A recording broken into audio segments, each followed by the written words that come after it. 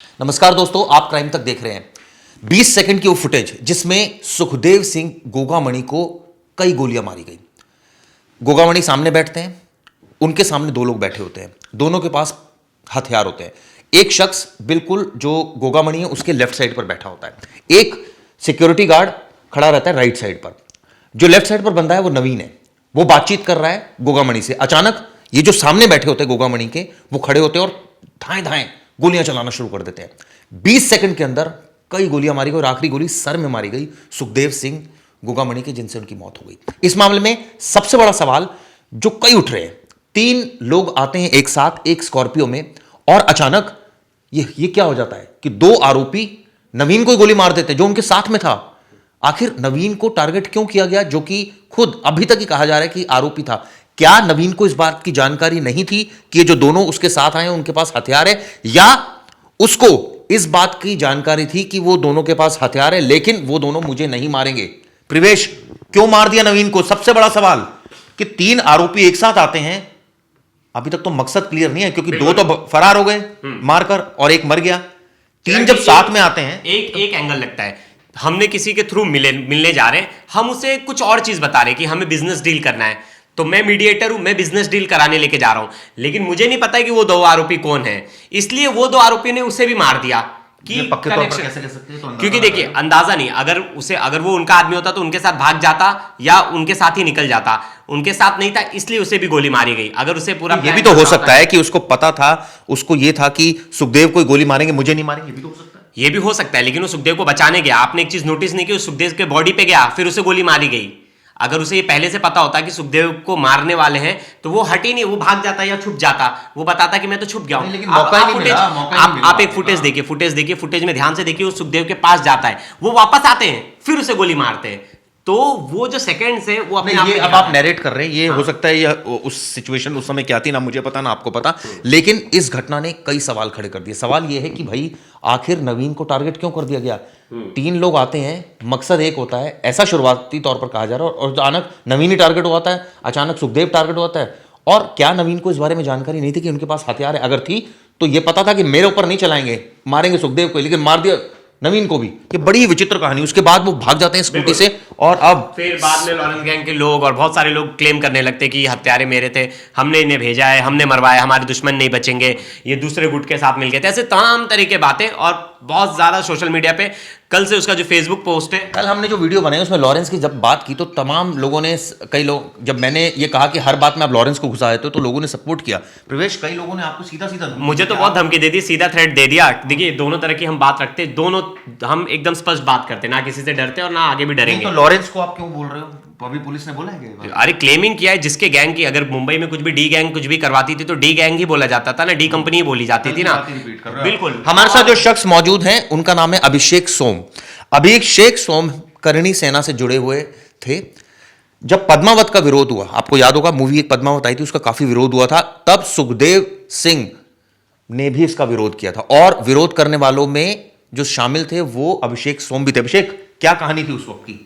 देखिए, जब पद्मावत मूवी संजय लीला भंसाली ने अनाउंस की तो पूरे देश भर के क्षत्रिय समाज एकजुट हुए और करणी सेना का पुनर्गठन हो चुका था।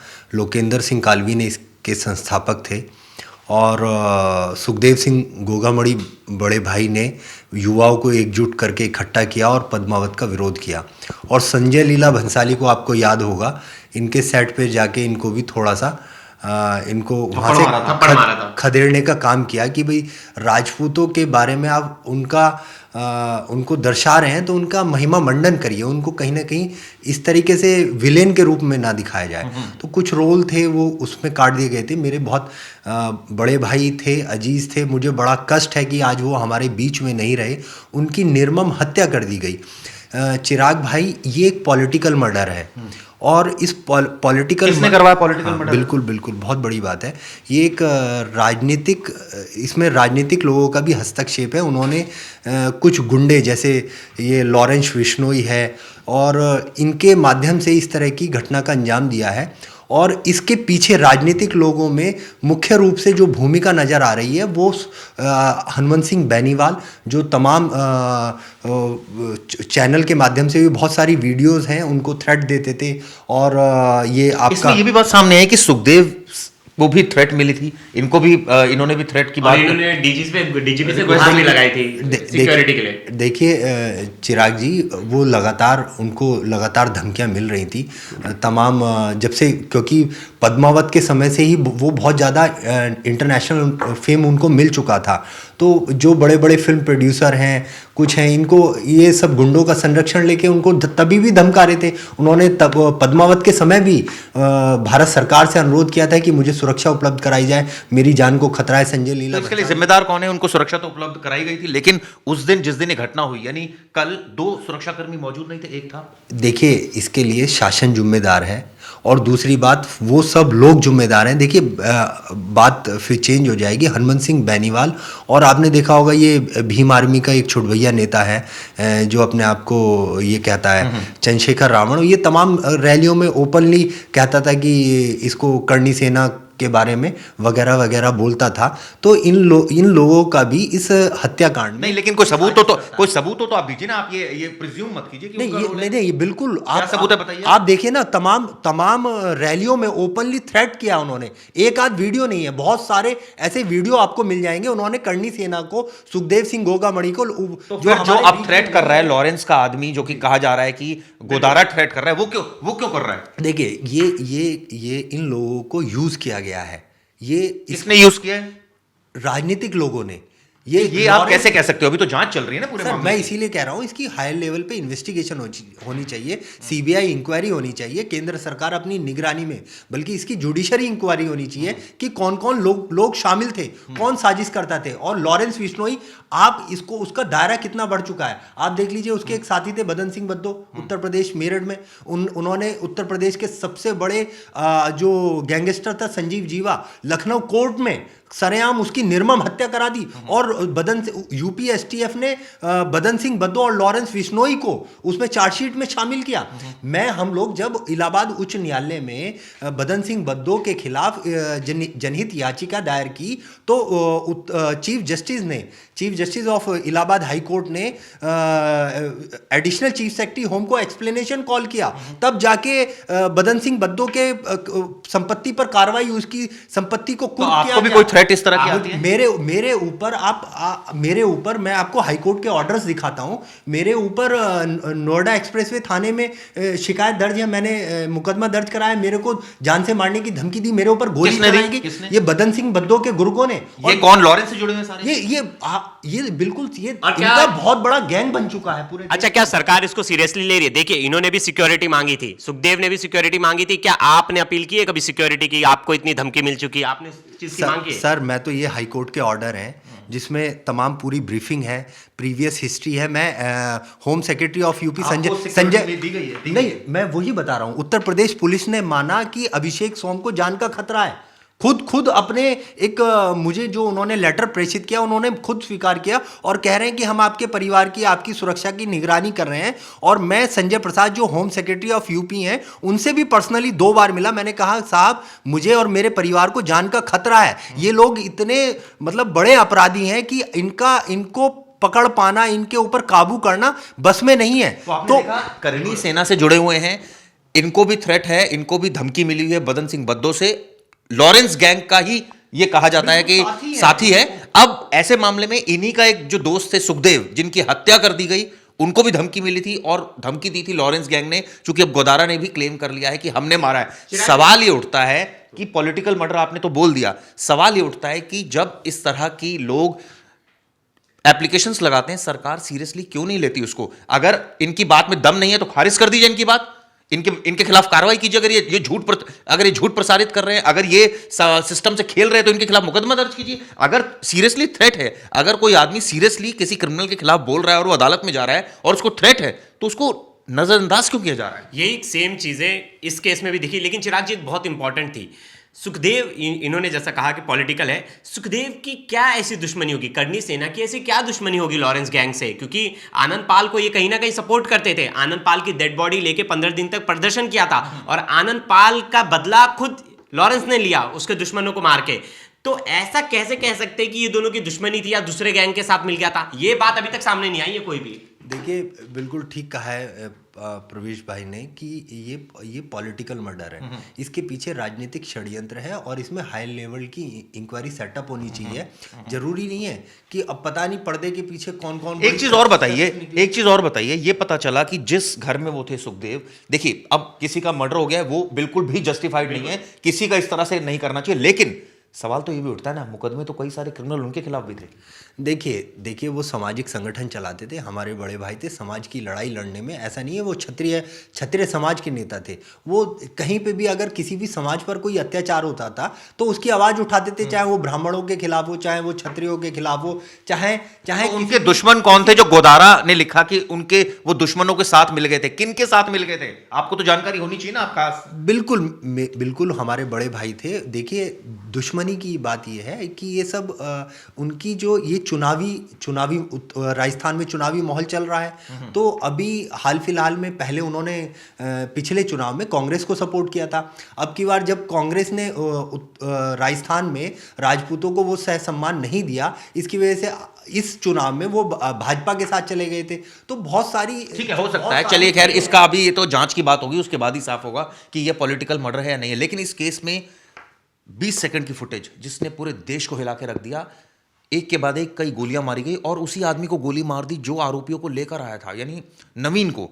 ये मिस्ट्री है प्रवेश, और ऐसी मिस्ट्री है जो, हाँ, और ये सॉल्व होना चाहिए। जैसे कोई सिर्फ फेसबुक पे क्लेम कर दे रहा है कि हमने मारा है या हमने मरवाया है, इससे सब चीजें साफ नहीं हो जाती। इसका मतलब अब ये हो गया कि आप ये कह रहे हो कि लॉरेंस ने नहीं, आप कह रहे थे नहीं, लॉरेंस ने मरवाया है, लेकिन जो लॉरेंस एंगल दे रही है, क्योंकि देखिए किलिंग भी लेती है, सुपारी भी लेती है। अभी तक तो प्रवेश पुलिस ने भी नहीं कहा कि लॉरेंस ने मरवाया, आप कैसे कह रहे हैं? अरे जब सामने से कोई संगठन, आतंकी संगठन कोई हमला कराता है, खुद से जिम्मेदारी जब ले लेता है, तो वो पहली क्लेम तो हम उसी की दिखाते हैं ना कि इसने फंसाने के लिए भी हो सकता है। लॉरेंस तो अंदर बैठा है, लेकिन उसका गुर्गा ले रहा है ना, वो खुद को फंसाने के लिए क्यों खुद ही क्लेम करेगा? कोई और उसको बदनाम करने के लिए, फंसाने के लिए, मुकदमा और दर्ज कराने के लिए। वो 2 दिन पहले उसने इंटरव्यू दिया एक चैनल पे, हमारे एक क्राइम रिपोर्टर है दूसरे चैनल के, उनको इंटरव्यू दिया था। उसने बताया था कि यही गोदारा ने बोला था गिप्पी गरेवाल, जो कि सलमान खान से मिला हुआ है, उसके घर पे एक्टर है, उसके घर पे हमने हमला करवाया है, सिंगर है जो पंजाबी, तो खुद आके इंटरव्यू दे रहा है, खुद बता रहा है, और खुद अपनी वाहवाही लेने के चक्कर में कि लॉरेंस के सामने मेरे आगे और 2 स्टार लग जाए, मैं उसका और चहेता बन जाऊं, तो वो लॉरेंस को खुश करने के लिए उसने गिप्पी गरेवाल के घर पे। इसका मतलब कल आपने एक बड़ी इंपॉर्टेंट बात बोली थी कि लॉरेंस का इतना बड़ा क्रिमिनल हो गया, इतना बड़ा नेटवर्क हो गया कि पूरा सिस्टम हिला। इंडिया के जो टॉप मोस्ट क्रिमिनल है सब लॉरेंस के गैंग में। बद्दो देख लो, जो पूरा जो नॉर्थ यूपी है, ये सब है पूरा उसके कब्जे में था। गाजियाबाद, मेरठ, अभी भी उसकी गैंग चल रही है, बहुत एक्टिव है। ये लॉरेंस के गैंग में जुड़ गया है। संपत नेहरा, सारे जुड़ते क्यों जा रहे हैं? नीरज भवाना के गैंग जुड़ते क्यों जा रहे हैं? जुड़ रहा है, वेस्टेड इंटरेस्ट है। सर, एक बहुत बड़ी बात बता रहा हूँ। बदन सिंह बद्दो में जो लॉरेंस बिश्नोई का साथी है, उत्तर प्रदेश पुलिस आज तक उसको ढूंढ नहीं पाई है। पुलिस अभिरक्षा से फरार है और आप देख लीजिए यूपी एसटीएफ और स्पेशल सेल उसके पीछे पड़ी हुई है आज तक वो, और सोशल मीडिया पे एक्टिव रहता है। और बदन सिंह बद्दो की बात बद्दो और उत्तर प्रदेश के पूर्व डीजीपी को सोशल मीडिया पर आकर जो ब्रजलाल जी हैं उनको भी धमकी देता है अभी भी। तो ये अभी भी, और देखिए, और ये लोग किसको भी मरवा दे रहे हैं, मतलब इनके लिए पुलिस कस्टडी में रखा हुआ आदमी को भी कई लोग तो ऑफ द रिकॉर्ड पत्रकार भी ये बोलते हैं कि लॉरेंस तो सरकार का आदमी है। हाँ, बहुत लोग बोलते हैं ये बात। देखिए, आपको कहीं ना कहीं थोड़ा सा संरक्षण है, अगर किसी थोड़ा सा भी संरक्षण है तो वो फूलता फलता है। नहीं तो खत्म करने को अगर चाह जाए आज इन्वेस्टिगेशन एजेंसीज, तो 2 दिन में पूरा साफ सफाया कर दे। लेकिन बहुत बड़ी बात बोल रहे हो। बिल्कुल अरे आप अच्छे खासे लोगों को, मैं बेस्ट एग्जांपल दूंगा, अच्छे खासे माफियाओं को यूपी से भगा दिया। याद है दिल्ली में जब दंगा हुआ, 2-3 दिन दंगा चलता रहा, तब कंट्रोल नहीं हुआ। जैसी आर्मी आई और आर्मी ने रात में अनाउंस कर दिया था कि अब जो बाहर दिखा उसको गोली मार दी जाएगी, एक बंदा बाहर नहीं। बिल्कुल, उसका मतलब पुलिस चाहे, सरकार चाहे, उत्तर प्रदेश सरकार चाहे, केंद्र सरकार चाहे, गृह मंत्री चाहे, कि अब नहीं छोड़ना किसी को, तो फिर बिल्कुल क्रिमिनल्स दुम दबा के भाग जाएंगे, लेकिन वही बात है उनको किस तरह की सपोर्ट मिल रही है। देखिए राजस्थान, हरियाणा, पंजाब, यहां से लॉरेंस का गैंग बहुत फल फूल रहा है। सरकार को क्या अच्छा, फायदा है? क्यों मैन बन गया सरकार का? ये सरकार political- नहीं, सरकार को सिर्फ ये political- नहीं, सरकार को क्या ये चाहिए कि ठीक है इस बहाने बहुत सारे क्रिमिनल हम नहीं निपटा पा रहे, लॉरेंस कर रहा है। पॉलिटिकल एजेंट भी बन जाते हैं। जैसे मेरी सरकार आई, मुझे अपोजिट वाले के मरवाना है तो मैं इनको as a political agents use कर रहा हूँ, मैं मरवा रहा हूँ इनको, मैं सुपारी दे रहा हूँ। तो ये तो काम ही कर रहे राइवलरी के लिए कि भाई मैं किसी ना किसी के लिए काम कर रहा हूँ, पैसे तो मुझे कमाने, मेरा नाम हो रहा है, फिर मैं किसी को भी धमकाऊंगा, उससे पैसे ले लूंगा। इनडायरेक्टली इनका मार्केट बढ़ रहा है, जितना कद बढ़ेगा उतनी हमारी एजेंसी छोटी होती जाएगी इनके सामने। और एक बार नेटवर्क ज्यादा फैल गया तो फिर उसको पहले ही गया है वो तो फिर बहुत मुश्किल हो जाएगा। तो एनआईए ने भी कह दिया, तो दाऊद हो गया अब तो, दाऊद से भी बड़ा सारे क्रिमिनल लॉरेंस दाऊद अब उसके सामने कुछ भी नहीं है। लॉरेंस अब देखना आने वाले टाइम में सिर्फ इंडिया ही नहीं, आने वाले जो बाकी के भी देश हैं सब अपने कब्जे में कर लिया, क्योंकि उसका नेटवर्क बांग्लादेश, बाकी फिर उसका जो ड्रग्स कंट्रोल कैसे करें इसको? कंट्रोल वही पूरी स्टेट्स की, जितनी स्टेट्स हैं सबको आपस में हाथ मिलाना पड़ेगा, इनका नेटवर्क तोड़ना पड़ेगा। ऐसा नहीं कि यहाँ किसी और की सरकार है, वहाँ किसी और की सरकार है, तो वहाँ फल फूल रहा है, फिर यहाँ कमजोर हो रहा है। जैसे यूपी में अब लॉरेंस ठीक से नहीं घुस पाया। लेकिन कई बार कहते हैं ना, जो काम पुलिस नहीं करती वो बदमाश कर देते हैं, तो कई बार हो सकता है कि इसको सरकार को इससे फायदा मिल रहा हो। एक क्रिमिनल को अगर दूसरा क्रिमिनल मारता है तो वो दूसरा क्रिमिनल बड़ा हो जाता है उस दिन। अगर अतीक को एक क्रिमिनल ने मारा हो जेल में, लेकिन वो अगर जेल से बाहर आएगा तो देखना वो सबसे बड़ा क्रिमिनल। पुलिस तो इससे भी बड़ी खिलाड़ी है। पुलिस तो हो सकता है कि आने वाले वक्त में किसी को भी मरवा दे, हो सकता है, लेकिन याद केस करती है पुलिस, अपना मोटिव सद गया, उसके बाद कर दिया। वो बोलते हैं ना अपना उल्लू सीधा करने के लिए। लेकिन चिराग जी ऐसा भी कहा जा सकता है ना कि वो आगे बढ़ के उसका नाम यूज करके, देखिए अतीक ने भी अपने यहाँ के एक बहुत बड़े क्रिमिनल को मारा था, या ये कहा जाए कि एक्चुअल में इतना बड़ा नहीं है, इसको मीडिया ने इतना बड़ा कर दिया। नहीं बड़ा तो है चिराग जी, क्योंकि हर चीज में तो हर चीज में तो आप लॉरेंस को घुसाए, तो हर चीज में उसका नाम सिद्धू मूसेवाला कोई छोटा मोटा आदमी नहीं था। भैया सजा क्यों नहीं हुई? सजा क्यों नहीं हुई? 80 मुकदमे हैं, एनआईए ने 80 मुकदमों में इसको चार्जशीट किया हुआ है। कहां है वो सारे? किधर है? एक में सजा दो ना। आप ये बताइए, निर्भया जैसा केस था, उसमें इतना टाइम लग गया क्रिमिनल्स को फांसी होने के लिए, ये तो भी इनडायरेक्ट 10 साल से ऊपर जेल में बिल्कुल है। 10 किसी केस में तो सजा होती, पता तो लगता कि हाँ जी डायरेक्ट इन्वॉल्वमेंट है, कोर्ट कहती। आपको भी पता है। मैं ये नहीं कह रहा इन्वॉल्व नहीं है, देखिए मैं ये नहीं कह रहा, लेकिन आप प्रूव तो करिए उसको। कैसी बकवास इन्वेस्टिगेशन हो रही है, एक केस में प्रूव नहीं हो रहा। अच्छा चिराग जी, मैं आपसे कहता हूं, अगर दाऊद को भी डायरेक्ट पकड़ के ला दिया तो उसके कितने गुर्गे दाऊद के इन्होंने पकड़ के रखे जो बोल देंगे कि दाऊद ने हमें सुपारी दी थी। डायरेक्ट इन्वॉल्वमेंट होता है, जब कोई ऐसा नेक्सस चलाता है तो उसके नीचे काम करने वाले बहुत सारे लोग होते हैं। फिर जब सबूत नहीं है तो अदालत कैसे सजा दे देगी? लॉरेंस, आप कैसे किसी को दोषी मान लेंगे? एक समझे नहीं, आपने ए से पैसे लिए, ए ने आपको पैसे दिए, ए काम करता है दाऊद के लिए या ए काम करता है लॉरेंस के लिए, ये प्रूव ही नहीं हो पाएगा तो कभी जिंदगी में आप पहुंच ही नहीं पाएंगे वहां तक। मैं आपको एक सिंपल एग्जांपल देता हूं। कहीं भी दंगे होते हैं, किसी पॉलिटिकल पार्टी के नेता का इन्वॉल्वमेंट रहता है, तो वहां रोल आउट होता है ना कि इस पॉलिटिकल बंदे ने या इस पॉलिटिकल पार्टी का सपोर्ट था इस दंगे में, बिल्कुल ऐसे होता है। तो अगर आपके गैंग का मेंबर कोई, ये जो प्रवेश बातें कर रहा है, ये मुझे लग रहा है बहुत ज्यादा हवाबाजी वाली बातें हैं, इसका कोई सबूत नहीं है। आप लॉरेंस को आप निर्दोष मानते हो, लॉरेंस कुछ नहीं कर रहा, लेकिन मैं दोषी भी नहीं मान रहा हूं। आप दोषी नहीं मान रहे तो फिर कौन करवा रही है? फिर कौन चलवा रहा है गैंग? एजेंसी करे जांच इस बात की, जांच एजेंसी जांच हो रही है। सिद्धू मूसेवाला से जांच हो रही है, अभी तक कुछ नहीं पता चला। तो मतलब सिद्धू मूसेवाला को भी लॉरेंस ने नहीं मरवाया, किसी ने नहीं मरवाया। देखिए अगर इन्वॉल्वमेंट है, नहीं मैं नहीं दे रहा, मैं क्लीन चिट नहीं दे रहा, लेकिन मैं उस चीज के विरोध में हूं कि आप किसी को जबरदस्ती, एक मुकदमे हैं, 2 हैं, उसके खिलाफ 50 बना दो, ये क्या बात है? अगर बन रहा है तो बनना चाहिए। अगर खुल के कोई सामने आके बोल रहा है कि हाँ मैं करवा रहा हूं। देखिए मुझे लगता है एजेंसीज़ को बहुत स्ट्रिक्टली इस पे फोकस करके काम करना चाहिए। और रही बात आप जो बार बार दोहरा रहे थे कि मैं नहीं मानता कि उसके पीछे उसका हाथ हो सकता है या हो भी सकता है या नहीं हो सकता है। जब कोई क्रिमिनल बहुत बड़ा फल फूल जाता है, बहुत बड़ा वृक्ष बन जाता है, तो उसको कहीं अपने खुद से क्राइम करने की ज़रूरत नहीं है, उसके गुर्गे काम करते हैं। तो उसके पीछे षड्यंत्रकर्ता कौन है? एजेंसीज़ का काम यही है कि निर्दोष व्यक्ति, लेकिन एजेंसीज का काम ये भी है कि वो कोर्ट में इस बात को प्रूव करें।